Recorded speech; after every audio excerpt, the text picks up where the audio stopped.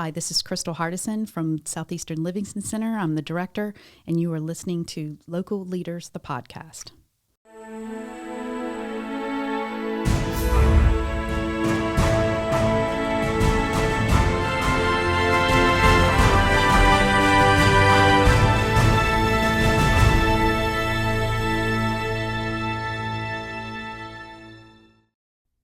Hi, it's Tricia Johnston, residential realtor with Blum with your real estate tip of the week.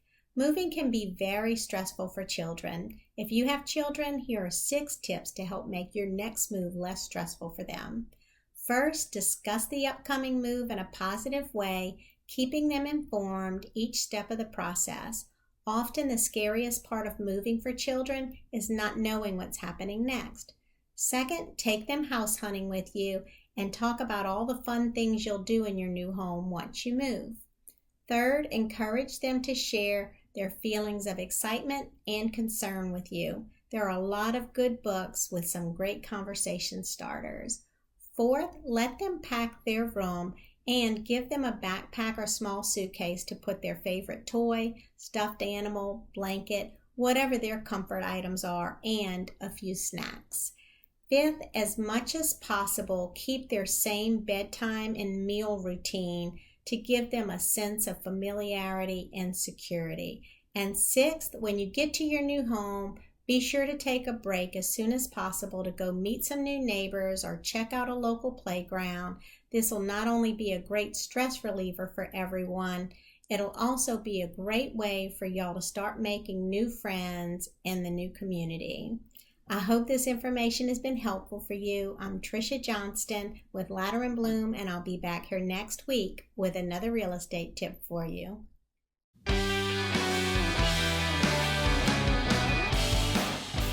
The father and son team of Robert and Ray Bergeron have over 40 years of experience in the personal loan industry. If you need fast cash, Premier Credit Corporation can help. Premier Credit Corporation has been serving Denham Springs and surrounding areas since 1997. Fast, friendly, and efficient service is what you can expect, all on a personal level. Cash for any reason, because when others say no, they say yes. Visit them at premiercredit.com.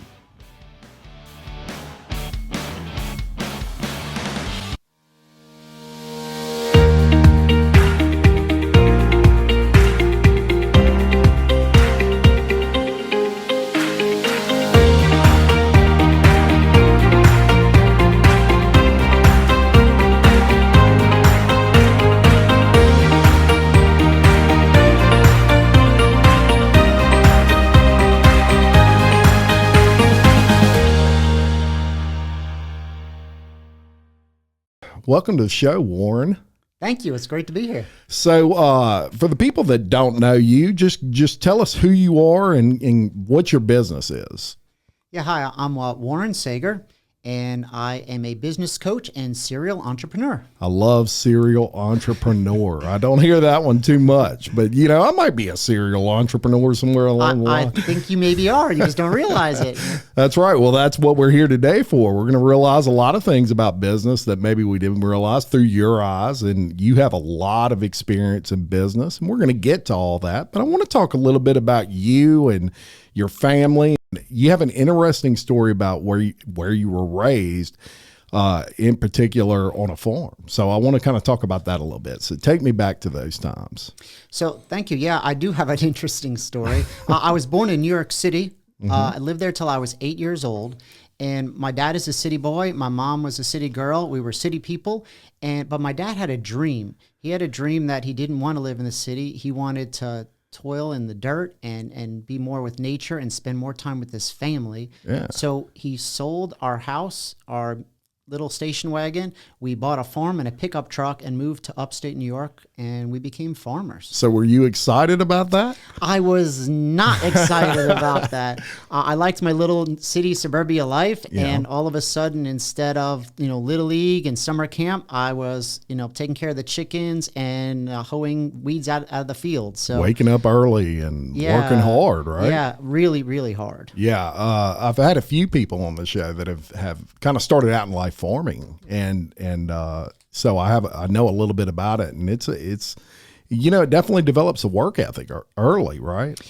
I actually don't think I've ever worked as hard as I worked when I was on the farm, and to this day, no work ever seems really hard because of where I came from and what I've done. Funny the lessons we learn when we're little and we don't even realize we're learning them, especially when it comes to hard work. So you're out on that farm, and I guess eventually you got away from that. Tell me about that.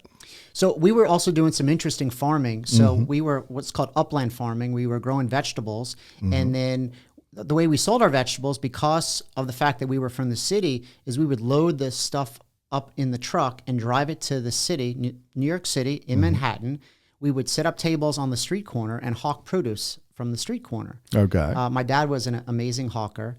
And, just like at the ball game, pretzels, get your pretzels here. And he did all that with produce, corn $5 for $1, come get it, tomatoes, Anyway, farming was really hard, and it was very stressful. It was very stressful on my dad. And even though he moved the family to be on the farm to work together, we had that experience, but it also was really tough on him. And he developed some really bad health issues from farming and the stress. Yeah. And so eventually when, about the time I was graduating high school when I turned 18, after my dad's third heart attack, the doctor said, you just can't do this anymore. And my dad came to me and said, son, as the oldest son, he gave me that little speech, would you like the farm or not? Yeah. And of course, for me, it was a really easy decision. And he already knew that wasn't the life that I wanted for myself. And so they sold the farm and moved and came down south, which is how I wound up in this part of the world myself. Yeah. And stress, stress is a bad thing. When it comes to your health, and a lot of people don't realize that, but stress will kill you, right? It's something that a little bit of stress can even keep you sharp, but a lot of stress is something that you really want to take care of. And I tell people that a lot.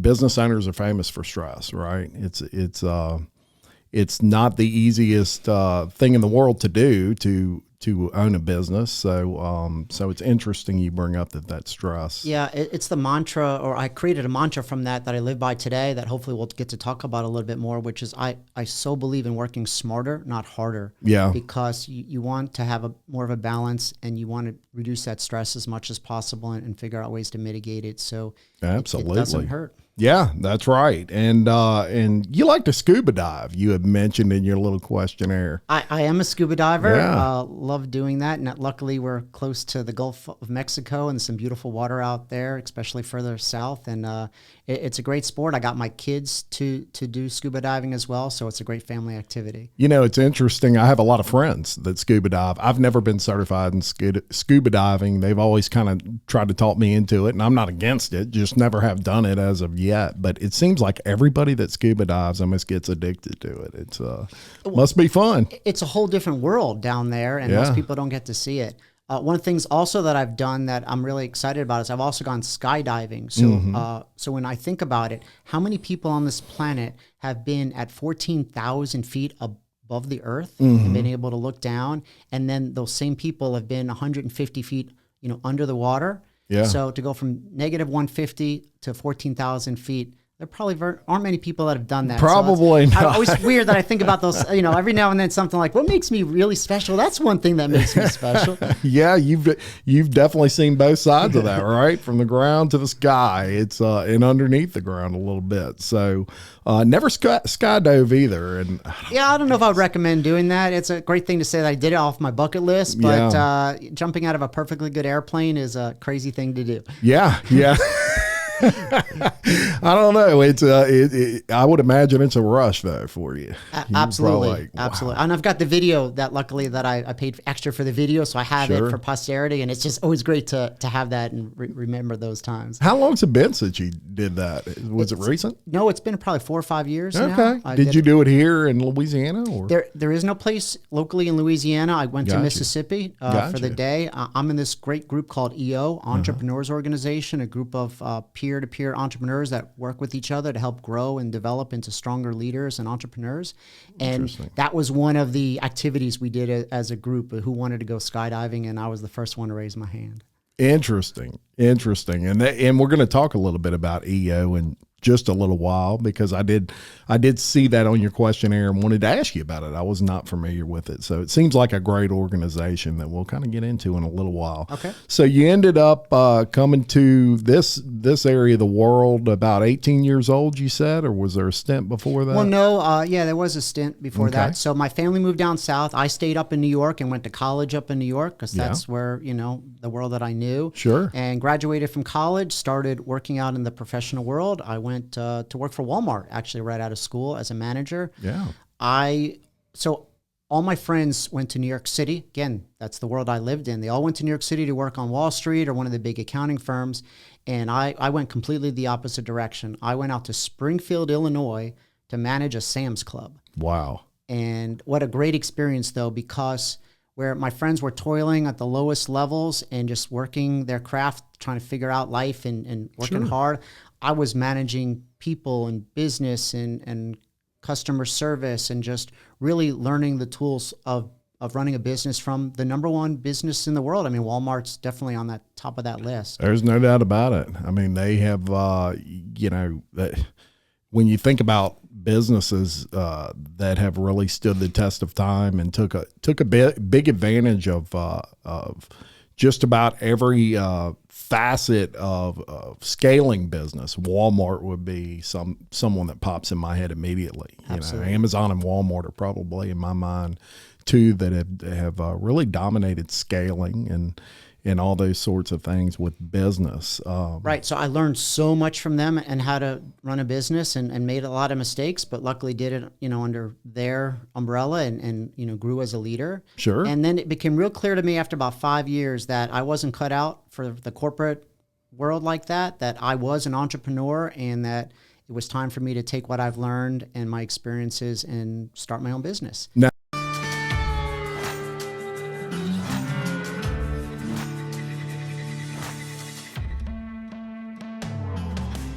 BJ Pawn and Gun in Denham Springs wants to buy your unwanted gold jewelry, gold coins, and gold bullion. With 30 years of experience operating in the Livingston Parish area, BJ Pawn wants to be your source when selling your gold. So stop by BJ Pawn today for a no-obligation offer. BJ Pawn, a proud sponsor of Local Leaders, the podcast.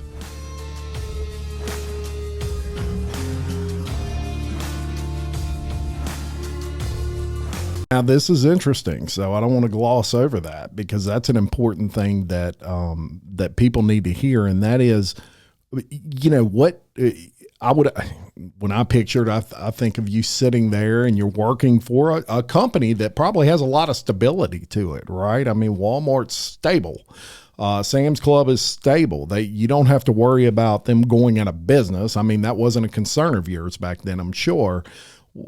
All of that being said, like you just said, you have an entrepreneurial spirit. So at some point you had to be sitting there going, I'm about to kind of jump here and go out on my own, even though I have this stability where I'm at. Tell me about that. Well, first of all, for me, it was not a very hard decision. It was eating at me inside that there were things that I was responsible for that I didn't help create, or maybe I thought, kind of made sense, but didn't make sense. But that's the directive from the corporate office or one of your manager bosses or things were being discussed that I wasn't a part of. And that's just not the world that I wanted to have. I wanted to be part of everything that was happening.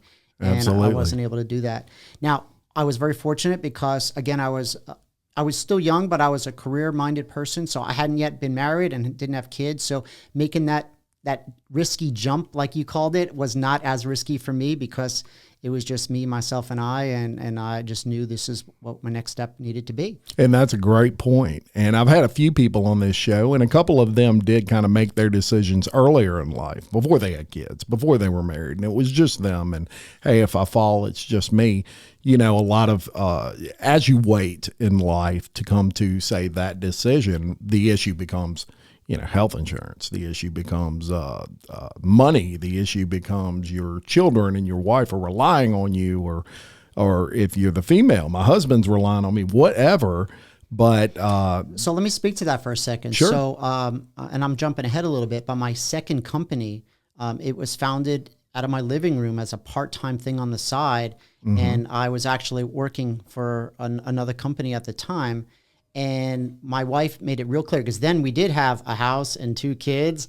And my wife said, until you can replace 75% of the money that you were bringing in, you can't make the jump and give it all up to start this new business and go all in with it. So, so that's what I had to do. And it was like having 2 full-time jobs for a long period of time. But that was the safer play to get to the other side. And absolutely. But by the way, once I did make the jump, it's amazing when you put your 100% focus into something, how quickly the business started growing even faster and scaling. Agreed 100%, because when you are kind of balancing both, there's a limit to what you can do.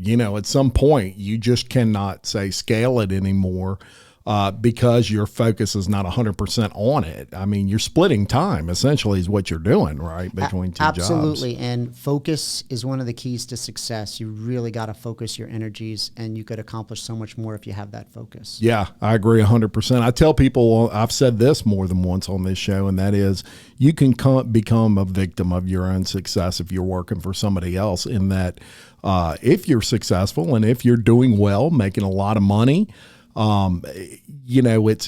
it's hard. It gets harder and harder to kind of take that leap to business ownership, because you got to replace that income. Just like your wife said, hey, you can do this, but look, don't get crazy. Exactly. You need to have about 75% coming in, and kudos to her. I mean, that's the smart play, right? That's oh yeah, it was frustrating at the time, her giving me those constraints, but it was the right thing to do, and I commend her for helping keep us on track. Awesome. So you've scaled and owned several companies. Tell us about that. Tell us about your companies. So I moved to Baton Rouge because my parents were here, and they said, there's great opportunities here. Leave New York, quit your job at Sam's Club, and move to Louisiana. And that's what I did. I moved to Baton Rouge, and within 6 months of moving down here, I had already bought my first company.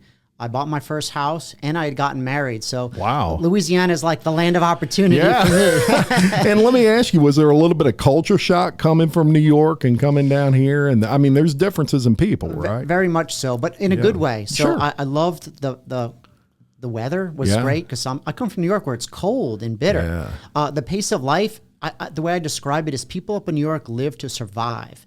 People down here live to live. And that's a really good thing, way right? To put it. Yeah. Where I come from up in New York, if it's 5 o'clock on a Friday and you leave, that's like going home early for the weekend. Like, 5 o'clock on a Friday, you're skipping out early because, life is good. Well, of course, down here, a lot of people work half day on Friday, or sometimes not Friday at all, because they're going to go hunting or fishing, or, they got to spend time doing what they love. And so I really, really admire and appreciate that. So moving down here was great for the cost of living, the pace of life, the people, the food.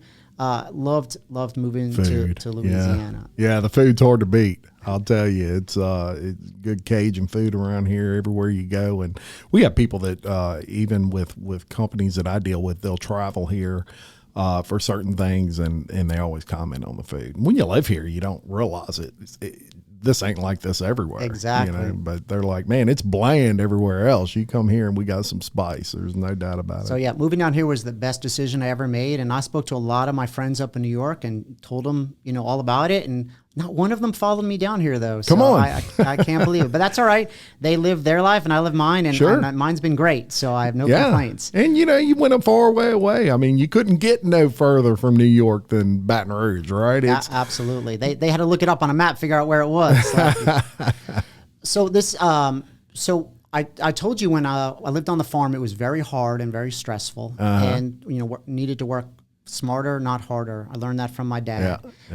So my first company, when I moved down here, I learned another valuable lesson, because eventually I had to close it down, and that was because I grew too fast and I didn't manage. Grew yourself right out of business. I did. I didn't manage cash flow and didn't understand what that meant, and it was hard. Having to close it down and let the people go that were working with me. Painful lesson. Painful lesson, but a lesson indeed, right? Absolutely. And you never lose, really. You learn, right?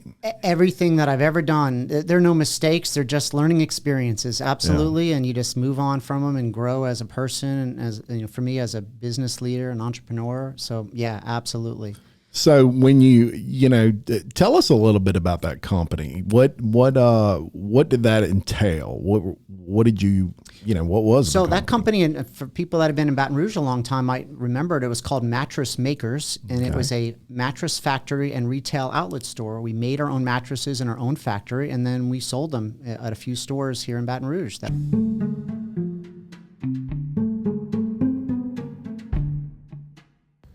William Waldrop of TWFG Insurance in Denham Springs can service all of your insurance needs. Offering auto, life, health, and commercial insurance, William Waldrop of TWFG Insurance is a proud supporter of Local Leaders, the podcast. Sure. Owned and operated. Excellent. And it was a great little business. It's great to actually make something, we don't make things as much anymore. Correct. So really enjoyed that. But as we were selling more and more, we needed more and more inventory. Yeah. And so you're working, let's say, on 25% profit margin. So you sell something for $100 and it costs you $75 to make it. Well, if you need one, you need to invest $75 in it. But now if you're selling more, you need three. Well, now you need $225. But to sell three, you've only made $75. Mm-hmm. So the business kept sucking more and more cash to grow. And I just thought the more you sell, the more money you make. Yeah. It sounds pretty simple, right? Actually, Right. When you think about it, it really does make sense. But that cash flow and inventory is something to really manage. It really is. And anybody that has a retail establishment, for example, they really need to watch their inventory and get their turns, as we call it. I've been in the retail business for close to 25 years, and inventory control is probably the biggest aspect of it. You want those turns. And, in my business, it's about every 3 months. You want to, if you order a case of something, you want it gone in 3 months. Absolutely. Because if you have 90-day net terms, you're selling it before you ever have to pay for it. Once you have to pay for items that are sitting collecting dust, you're in trouble. Yeah. No doubt. All right. So I learned to not work as hard on the farm. And then I learned that inventory is something to really manage. So my third company was Internet Retail Connection, my e-commerce company that I owned and operated for over 15 years.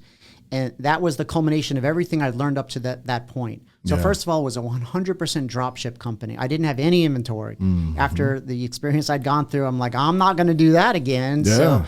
So we drop shipped everything, and I ran a really clean operation where I was working from home, got to spend time with my family. So again, exactly what my dad wanted for his family, but just in a different way.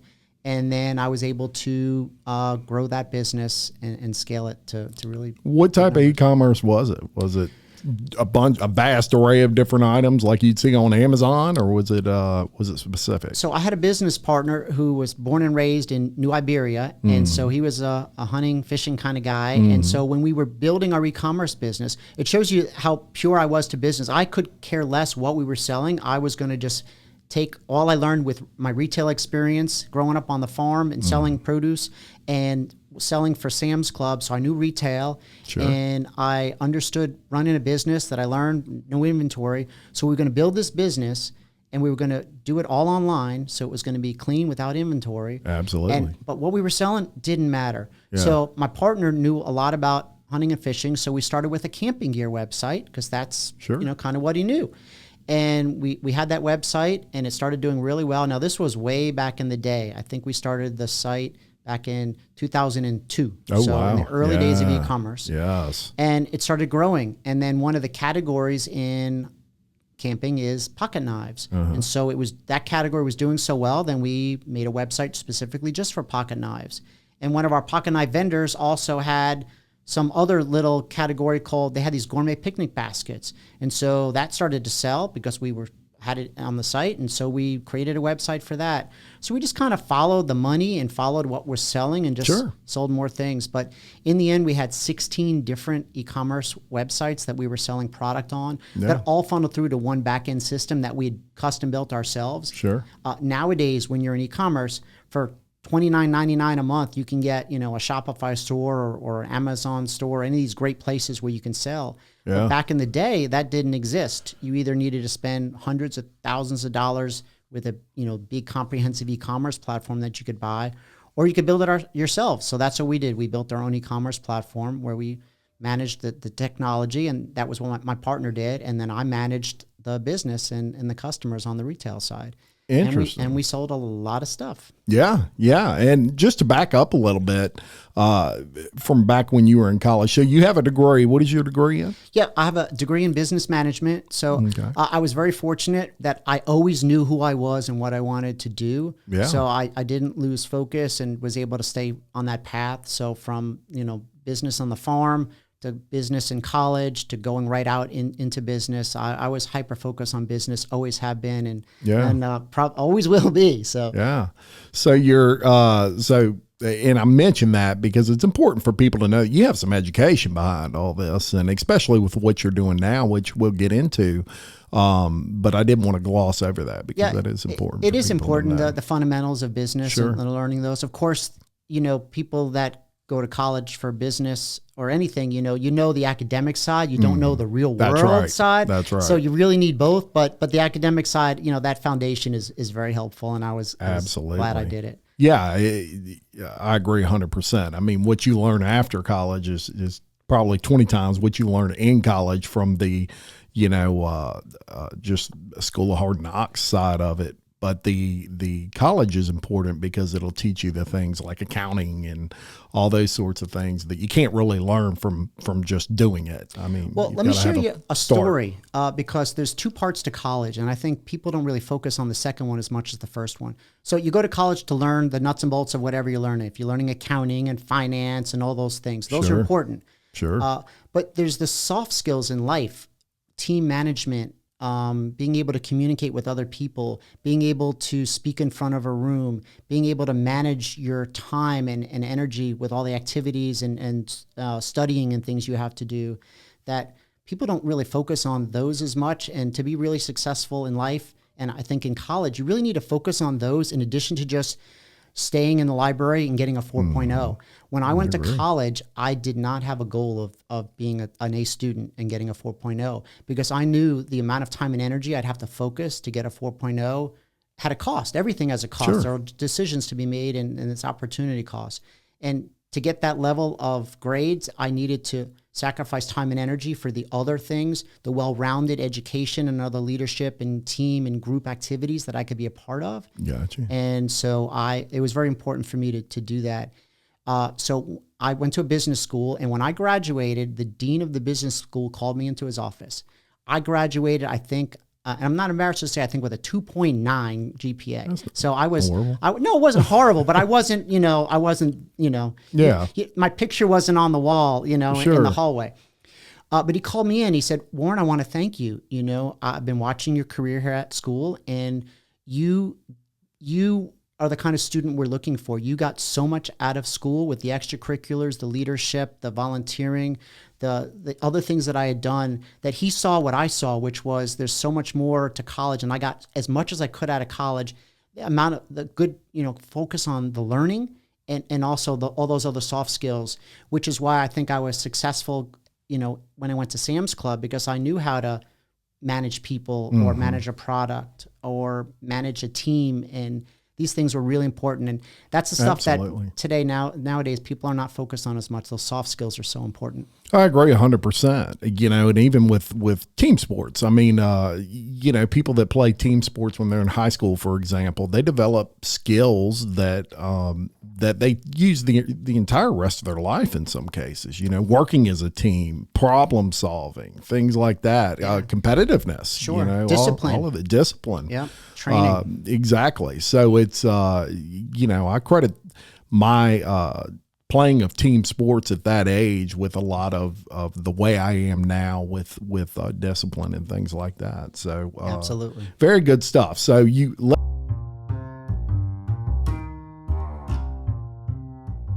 Stephanie Berthelot and the crew at SR Enterprise can handle it all, from sheetrock to texture to paint.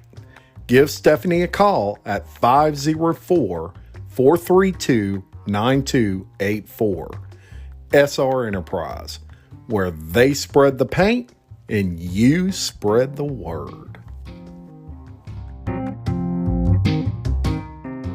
Let's fast forward a little bit. You're running this e-commerce company, and eventually at some point, did you sell it or? Yeah, I sold it. Okay. Just like when I knew it was time to leave Sam's Club and start my own business, I realized that business, it was time for me to leave. I'd been doing it for 15 years, and the world had been changing. I mean, technology changes so fast nowadays. Absolutely. And it was so hard to keep up. And I was watching these young guys come in, and just the world was just moving too fast. And I'm about the sweet spot, and I felt like I was just kind of now outside of the sweet spot. So it was time just to cash in my chips and start thinking about the next thing. Okay. And that's what goes back to the whole serial entrepreneur thing. So so that's what I did. So tell us about that next thing. So you're at that point, and you make that decision to sell that second business, and now you're here again, and you're in a position where you're wanting to start another business. Tell me about that. So one thing that I've always done is you always try to see way into the future and predict and plan things way out. So as I was thinking about selling my business and exiting, it wasn't that I did it and then I'm like, okay, let me look around and see what's what. Like I had already been. You had a plan. I had a plan. Right. So I had been a member of a trade exchange in Baton Rouge called Partners One. And I know actually that, Jim, that you're a member of the sister trade exchange here in Denham Springs. Yep, iTrade Exchange. iTrade Exchange, yeah. And it's a great business-to-business community of businesses that do business with each other, and really been great. So when that business decided to expand and create these new communities like the one here in Denham Spring, I was one of the original investors. I saw how great it was for my business, and I'm like, wow, this is great. And I invested in it and was a cheerleader as an investor from the side. Sure. But after quite a few years, realizing it's a great business. Like this really, really can do a lot of good in the world and could really scale strong. So I decided to jump in with both feet and said, I'm going to put my time and energy into helping that business grow and scale. And that's a project I've been working on now for a couple of years. Which is Moxie. Moxie. Exactly. And, money with the X factor, Moxey. I love it. Wish I could say I thought of that. I did not. And very familiar with barter exchanges and Moxie in particular, and iTrade Exchange and Partners One and all those sorts of things. And interesting that that they have now been recognized, right? By just had a big ceremony at the we've been getting a lot of momentum lately. Yeah. So we went to the state legislature, and the House of Representatives recognized us and gave us a standing ovation for all the support and growth we're doing here in the state of Louisiana. And the Lieutenant Governor, Billy Nungesser, gave us a proclamation also supporting what we're doing. Fantastic. So we're real excited for the momentum. And we did a big fundraising campaign where we just raised some money to help us invest in the growth of what we're doing. And now we're just looking for great people to help us grow Moxie in communities all around Louisiana and around the Southeast and eventually around the world. Absolutely. And it is a fantastic organization. Incidentally, a sponsor of this show is iTrade Exchange. And we are also a member of Moxie and iTrade Exchange in particular. So any information about that you need, you can contact Warren or myself. Yeah, or Dane Arnold is the community leader Yeah. here in Denham Springs, and he's been doing that since day one and done a great job. Yeah, he's a character, Dane. And a lot of you out there probably know him. He's a great guy. And so Moxie, you're at Moxie, and you're the financial director for them still to this day? Yeah, I do operations, Yeah. business and things. And one of the things I'm excited about is, so I also started another business while I was working on Moxie, and now I'm going to kind of merge the two of those together. And that is that I do business coaching. Business coaching. Awesome. I've done a lot of wonderful things and been very successful, but as I've already explained, I've made some mistakes and things have been hard. Sure. And it's so clear to me that there's a system, a process, best practices, tools, technology to make business a lot easier. Business it's changed so much, but it's always the same. It's just people and processes and managing money. I mean, these things are universal. They have been, they still are. I don't care what business you're in, you deal with the same problems, the same challenges. And there are ways to make things easier and make them better. And so not only did I bring those techniques into my business, which is why I was able to be successful and sell and do really well, but now I've studied this process even further. Going back to my academic side, it's like, let me really dig into what it takes to be successful and what are those elements and those best practices. And so now I'm trying to help share that with other people and show them the way so they could have a real system and process to growing their business. They could grow without doing some of the things I did, like go crazy, go out of business, create that stress that is not healthy. Yeah. And they could be, have a really successful, profitable business and have more of a confidence about what's going to happen in the future, which gives you a lot of peace of mind.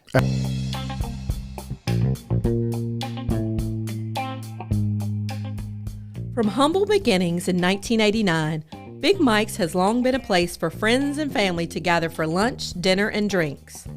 Big Mike, Jocelyn, and their friendly staff invite you to come in and relax in one of their spacious dining areas, or watch a game on one of the big screen TVs. Big Mike's is a place to meet old friends or make new ones. Big Mike's offers daily and nightly specials, and they specialize in serving up delicious and fresh menu items. Big Mike's offers a catering menu for large groups and has private party rooms for up to 100 guests. Whether you're planning a quick lunch or a large family dinner, or just a night out with friends, Big Mike welcomes you to experience a great time. And don't forget to grab some t-shirts, caps, or koozies in the gift shop. Oh, or a bottle of Big Mike's Honey Dijon. It's delicious. Big Mike's Sports Bar and Grill. We're kind of a big deal. Absolutely, it does. And, you say a key word there to me, and that is system. So I say this a lot of times to people. I'm a big Nick Saban fan, right? I know. He's at Alabama. I know. But he was at LSU at He's one a point. great coach. He's a great coach. You can't, I don't know if you love him or hate him, you can't deny his success, right? No, and he's the best coach all the time. But, I heard a long time ago, and when I tell you it resonated with me, it was something from the time that I heard it, I brought it through my life completely. And that was Nick Saban was on an interview and he was talking about his quote unquote system. And he said he tells all of his players, I have a system. The system works. How do we know the system works? Because we win. We win 99% of the time, and they've been on a run forever. But wherever Nick Saban has gone, he has won, whether it's been LSU. He had success with Miami Dolphins, left them, went to Alabama, and of course we all know what happened there. So all of that being said, his point was, if you buy into the system, you will be successful because the system has proven to work, right? So you trust the system. If Nick Saban tells you to do something and you do it, he's telling you can trust me that it's going to work. It doesn't change. Success doesn't change. So it's exactly what you just said. There's certain fundamentals that just don't change. They work whether it's now or 20 years ago. And you are basically there to walk people through these, teach people these, or coach people these fundamentals, right? Right. So first of all, I want to make sure people understand coaching and consulting are two different things. Mm-hmm. So you think football, you think coach, and then you think if somebody's going to help you in business, they're a consultant. Consultants come into your business, really learn the ins and outs of your business, and then give you advice on how you could do better. Yeah. Well, that's a consultant. That's not a coach. A coach, all they do is bring a proven system to your company. They don't learn your company. Nobody knows your company better than you do. They just help you take a proven system that works and institute it in your company so you can grow faster, smarter, get everyone in alignment, and have greater success. So you're teaching that system to the key personnel, let's say, in that company, essentially. It's always the CEO with the leadership team, because this is a team sport.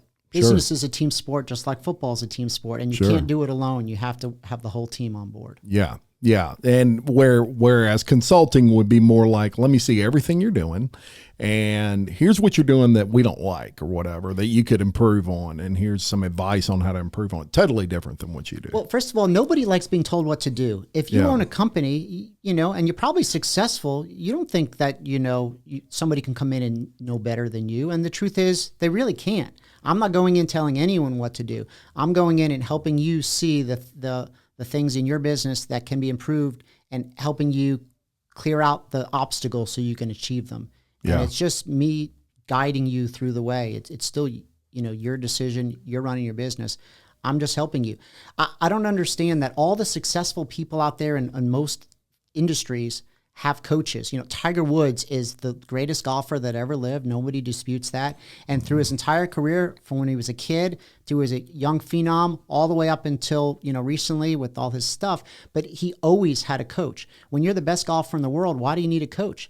Because you still need to get better. You need focus. You need accountability. You need someone to help guide you.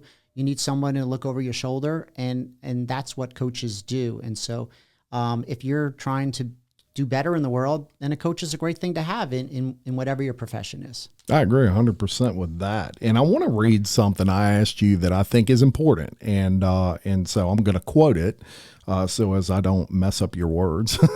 So I asked you to provide a why statement. And why statements are very important to me because it really speaks to, why someone is doing something. That's really the nuts and bolts of who they are and why they choose to do what they do. So I'm going to read yours.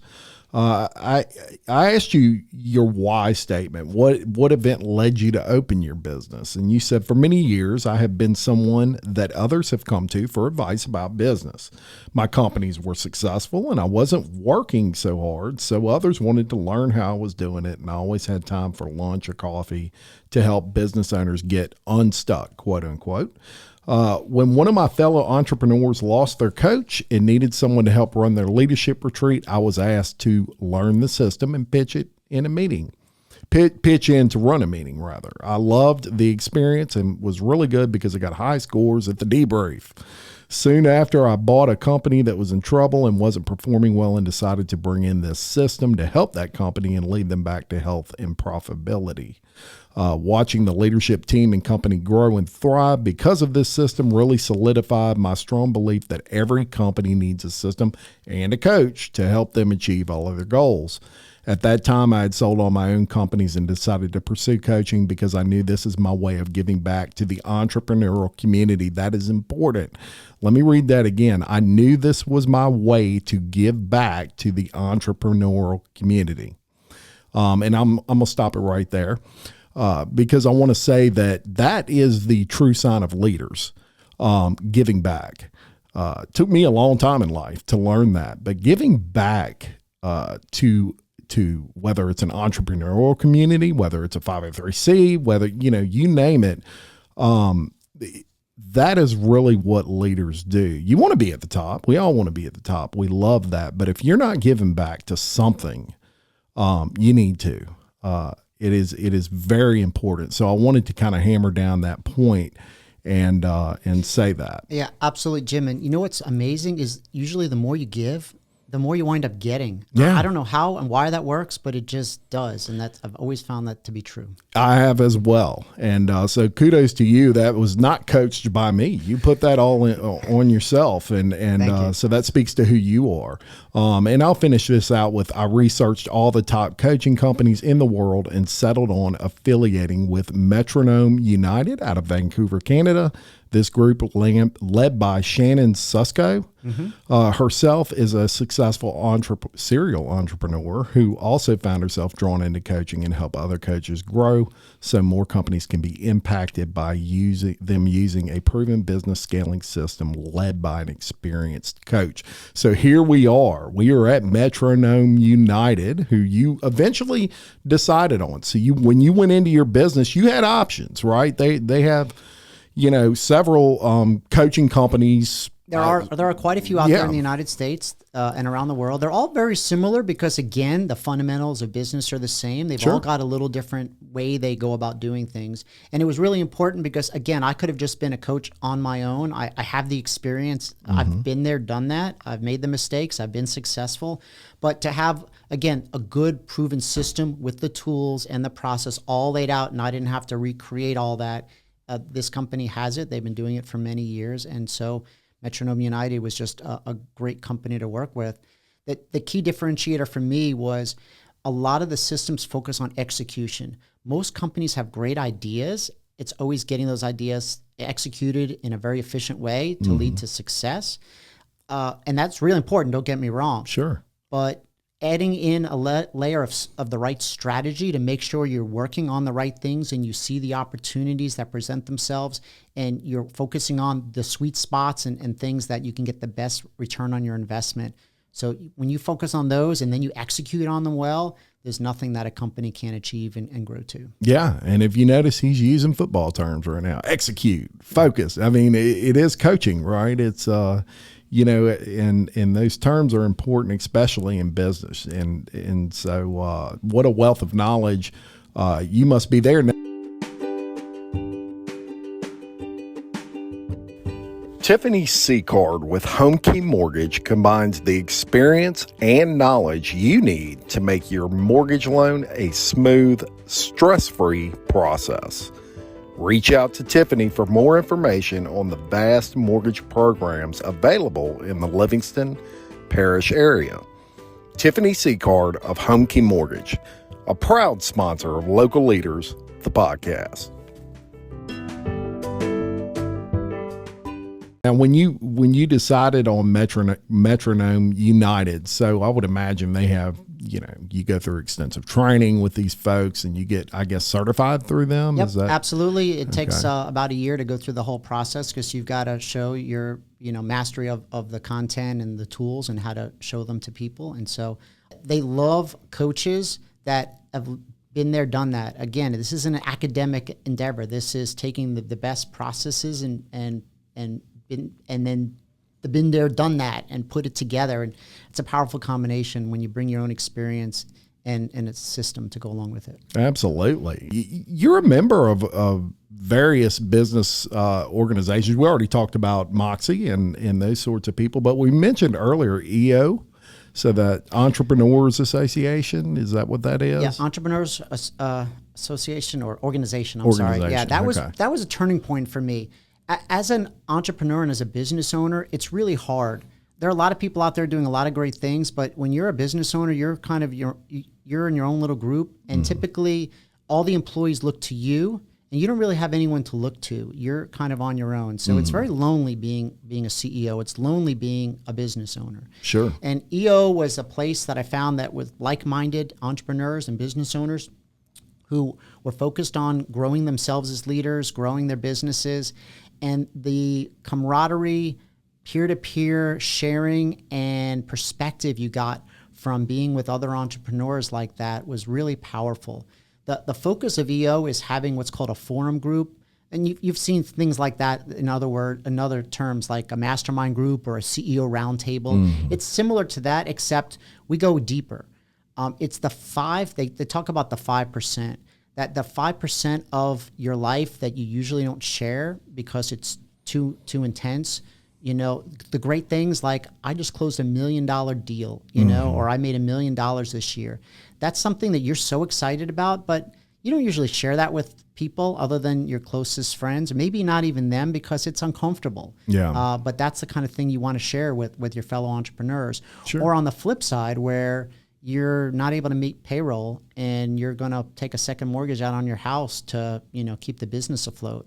Well, that's tough and it happens. Yeah. And you need other people to support you and be able to help you through some of those challenges. So EO has been a great resource for me, and the focus of EO is the same sorts of things that we've been talking about with coaching, which is taking those solid principles and processes in business and apply them so you can work smarter, not harder. Fantastic. And I will link the website for EO to the description of this video in case anybody's interested in checking it out. Hopefully a bunch of people will be. I'm also going to link the Metronome United, your profile there. Okay, great. As well to Thank the you. video. Make it easy for people. They don't have to, rewind and all that to figure out what it is. Now tell me about the services that you offer with your coaching system. So let's get into that. So there's three things that I can offer people. One is because of all my years experience in brick and mortar retail and e-commerce retail, I've got just a good eye for how things need to look and work. And so one of the things I offer is what's called a walkthrough. One of the management philosophies of Sam's Club and Walmart was management by walking around. You didn't sit in an office. You walked around because that's where your customers were. That's where your team members were. That's where your merchandise is. You can't see anything from four walls in an office. Sure. So we walked around. So anyway, I do a store walkthrough where we walk your store or your business, your e-commerce store, whatever it is, and we look at it from a different set of eyes, the eyes of an outside expert and somebody who's your customer, and show you things that maybe you've seen every day, but because you see it every day, you don't see it, and so you're blind to it. Helps make things a little clearer. Yeah, that's huge. I mean, I tell people that all the time. Always look at things through your customer's eyes and what they're seeing. But it's not. It's easier said than it is. It's not. Oh, easy there's no doubt about it. It's a fight for some people. So the second thing that I offer is one-on-one CEO coaching.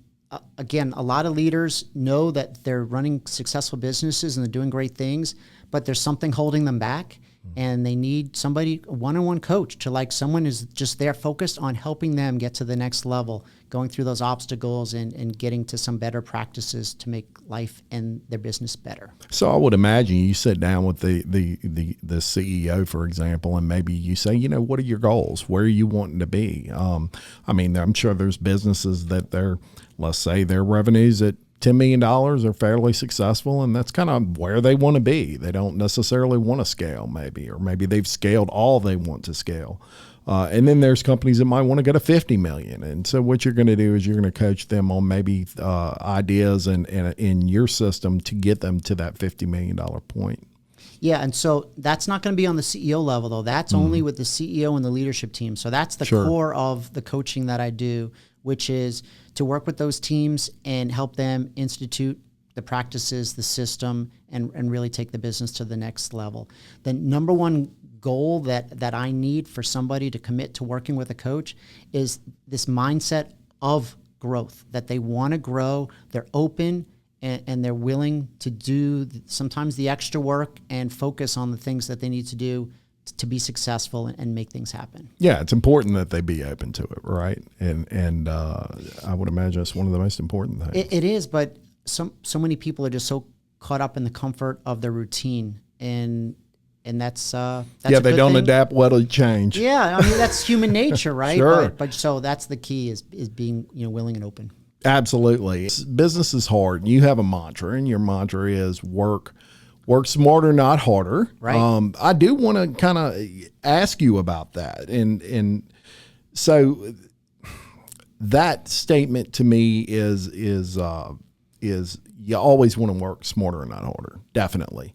That being said, there's nothing wrong with hard work. And so I don't want people to take away from this that you don't have to work hard, and you can.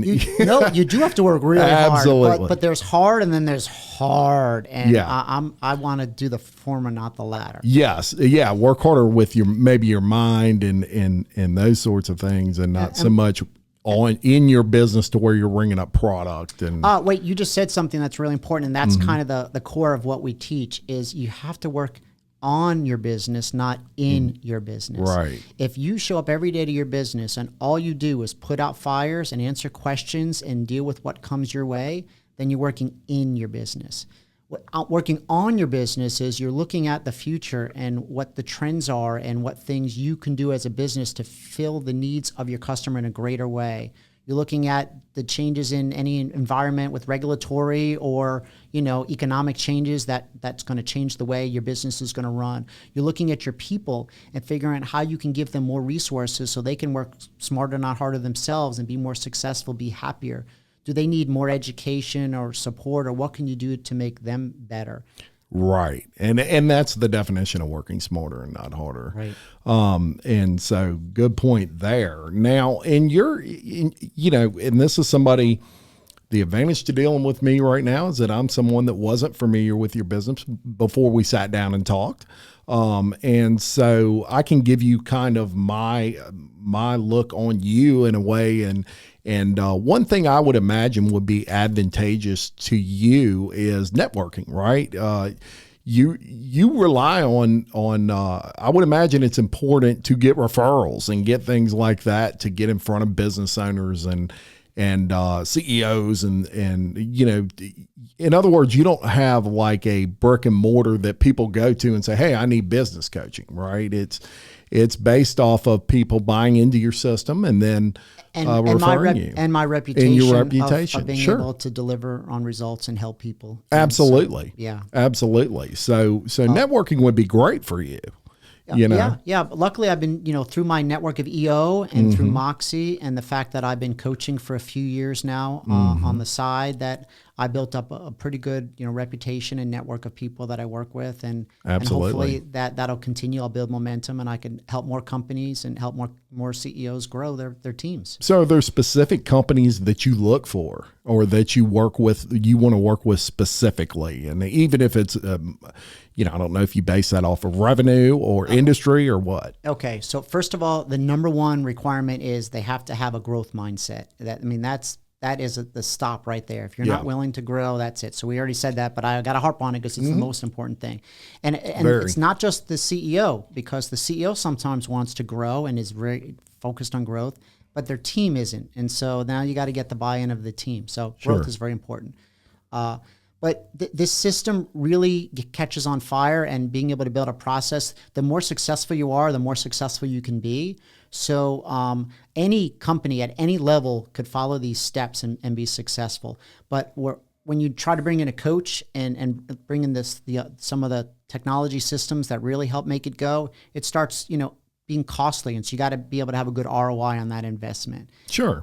The sweet spot for a company to engage a coach like myself is a company that's doing probably $5 to $50 million a year.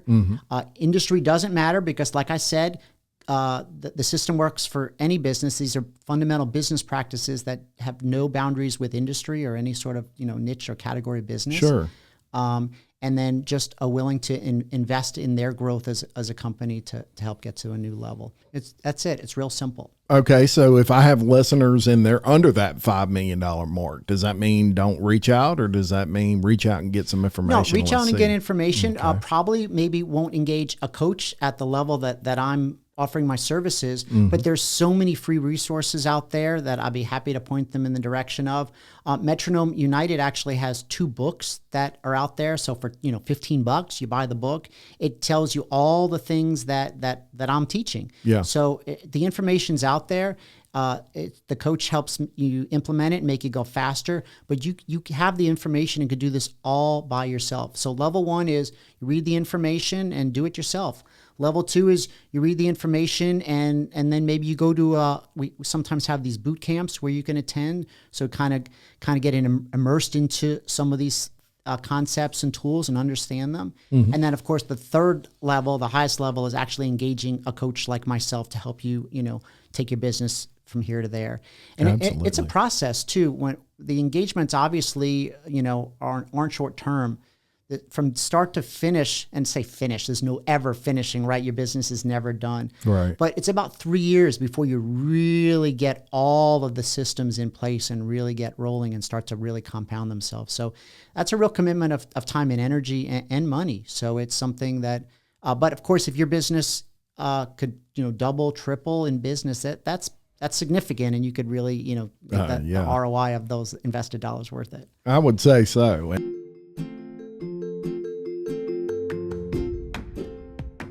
Black Sheep Creative understands the importance of digital marketing and your return on your investment.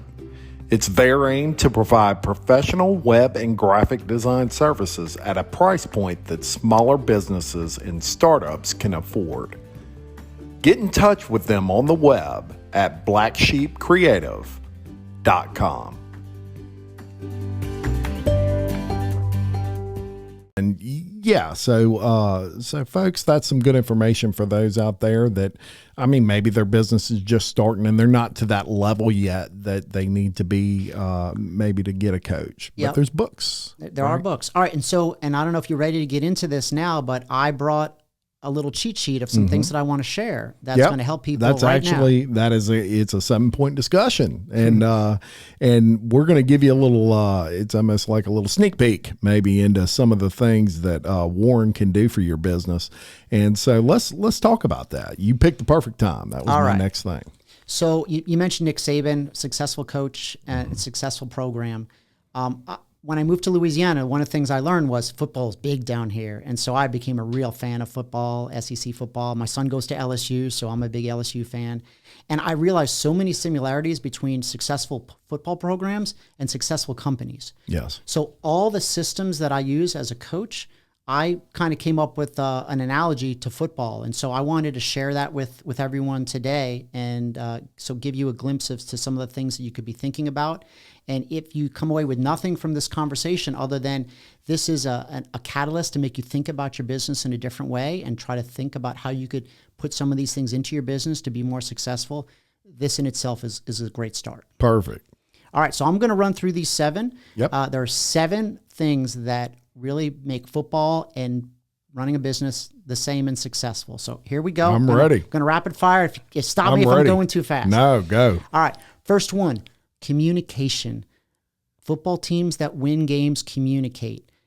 When you think about it, and again, these are the things you don't think about. So in a football game, before every play, what is the first thing they do? Huddle up. They huddle up. What is a huddle? It's their leader is saying, hey, here's what we're getting ready to do. And everyone then knows their place to make it happen. They make a plan. They tell everyone the plan before they do the plan. That's awesome. Yes. Do you do that in your business? Before you're getting ready to do something, do you have a huddle and discuss what it is that's going on? Right. There's my first question, first thing to think about.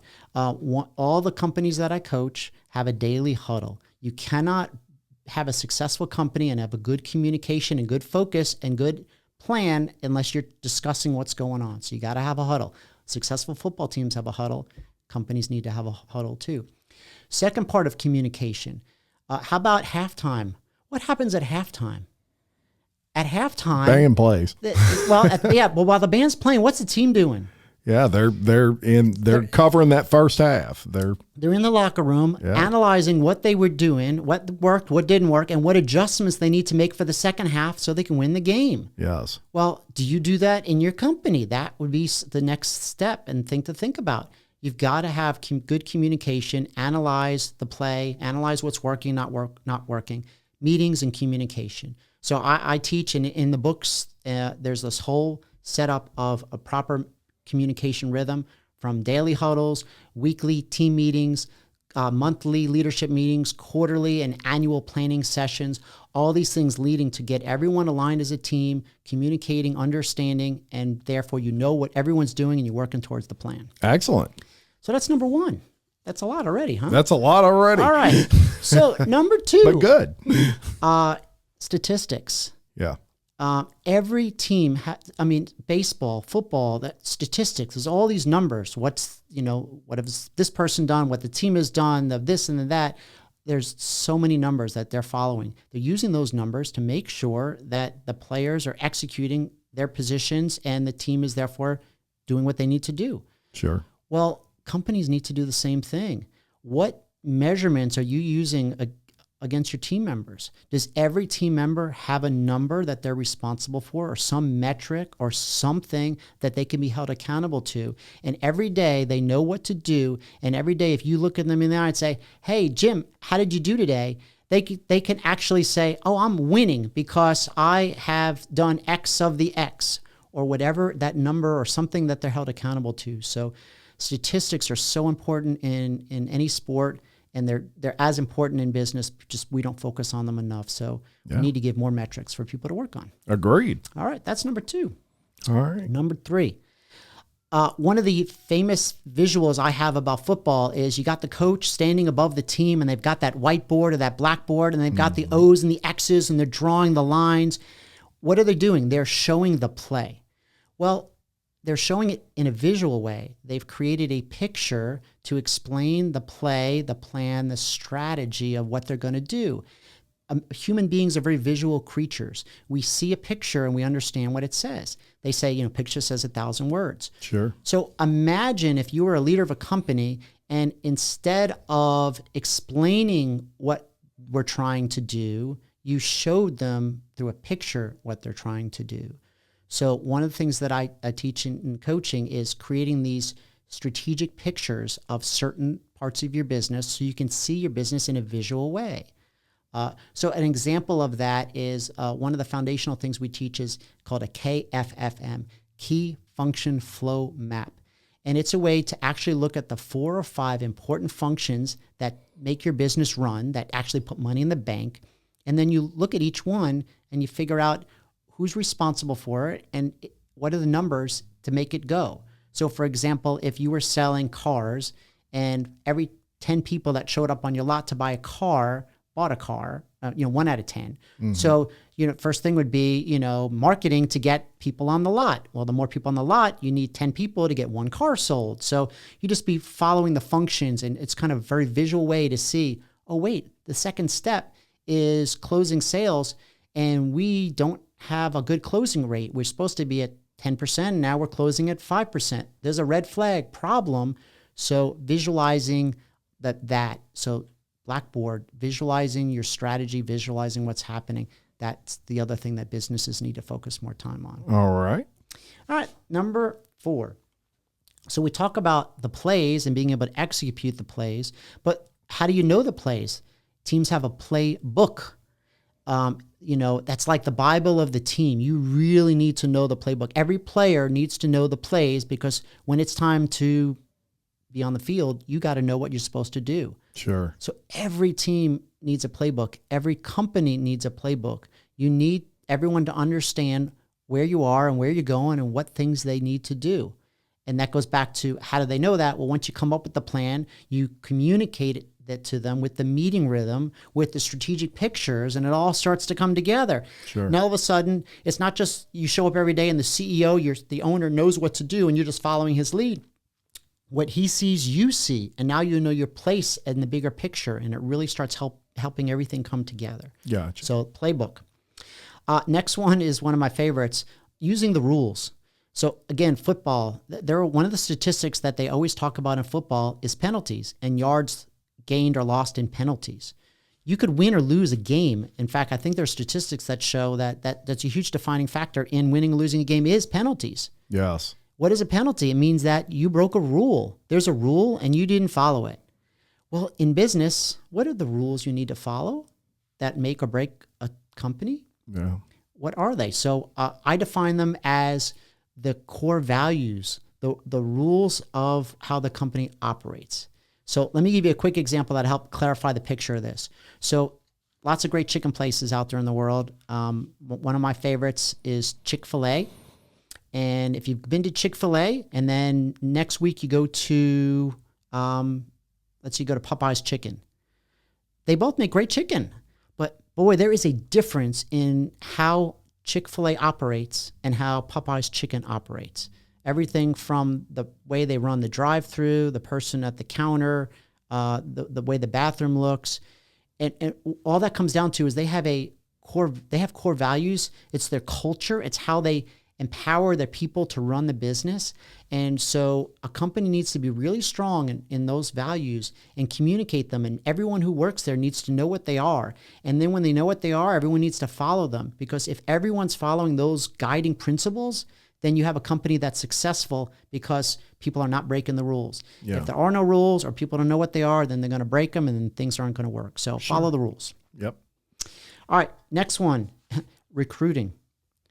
In fact, that's one of the ones that most teams don't think about too much. Mm-hmm. You can't win a football game without having great players on the team.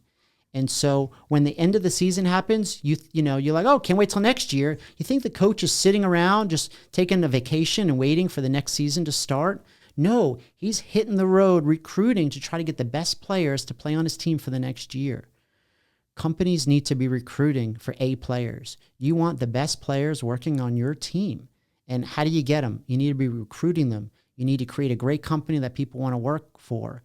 And so recruiting is hugely important, and I don't think enough companies put enough time and energy into recruiting. I agree with that. Yeah. All right, and then that leads me to number 7, the last one, the most important one. You can't win a game unless you know the score. When you look at the scoreboard, you know at any moment in time during the game if you're winning or losing. In fact, that's what kind of makes it fun and exciting. Mm-hmm. Have you ever played for funsies with somebody when you're playing tennis or you're playing flag football or playing cards or whatever. Playing for fun is okay. But when there's a score and you're keeping track of who's winning or losing, that's when the magic happens. There's something about wanting to win. So how does a company know if it's winning if you don't have a scoreboard? Every company needs to create a scoreboard. And I'm talking a big scoreboard that's out front and center in the lobby or in the break room or wherever it is that people congregate. And that scoreboard is telling a story. Are we winning or are we losing? Now, what does that scoreboard need to represent? Well, each company could decide that on their own, what that number needs to be for them.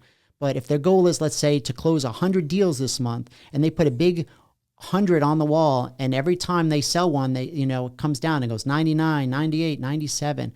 Whatever they're measuring, if everyone on the team knows the score and if they're winning or losing, it's powerful. Yeah. So if companies focus on just these 7 things, their companies dramatically change. And so it's really important to focus on these. And these are the principles that I teach in my coaching practice. Agreed, 100%. Off the top of my head, a couple of businesses I can think of that would benefit from that just right off the bat, car dealerships, right? So All-Star Automotive, people like that, those would be great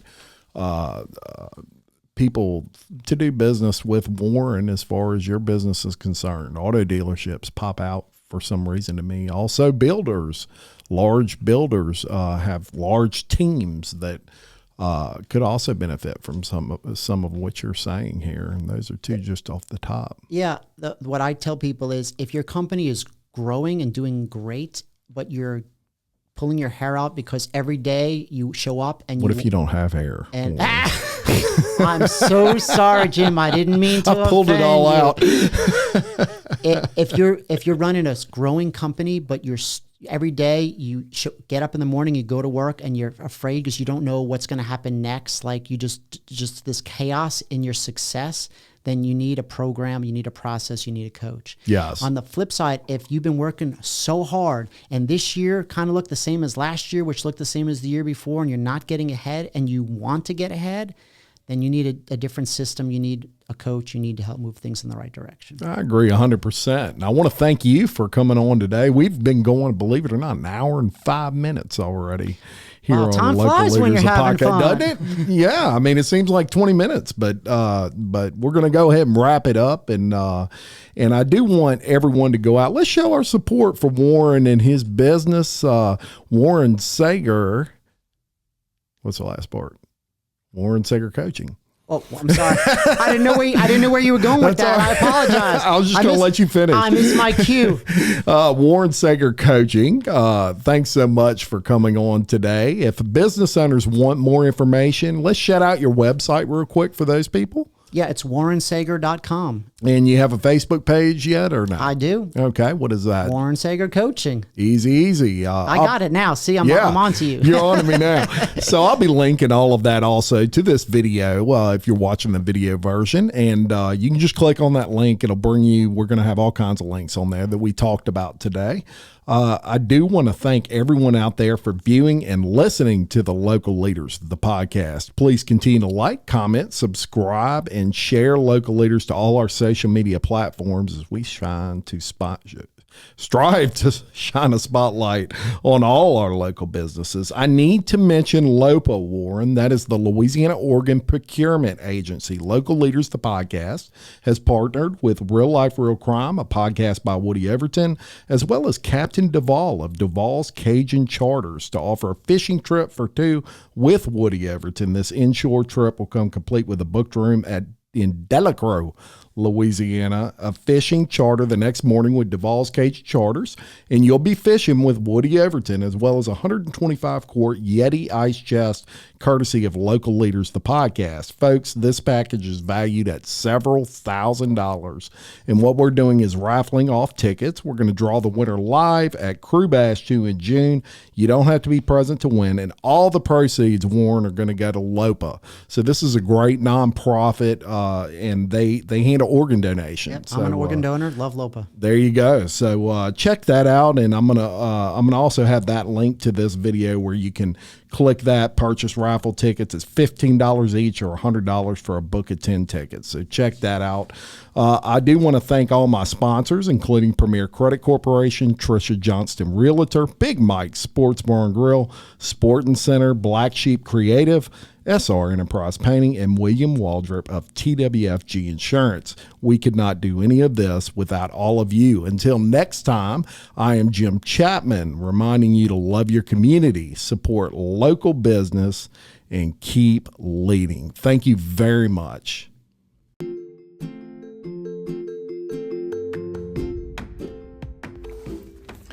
Dane Arnold with iTrade Exchange has been enabling small business in the Livingston Parish area to save cash through his network of over 300 participating Livingston Parish businesses.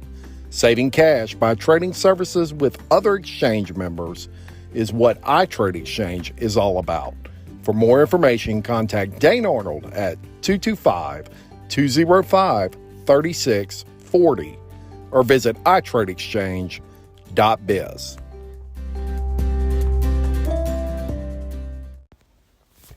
Sporting Center in Denham Springs is your one-stop shop for team sports equipment, school uniforms, and promotional goods. Conveniently located next to the Antique Village since 1977. Sporting Center, your business means everything to them because your name rides on everything they do.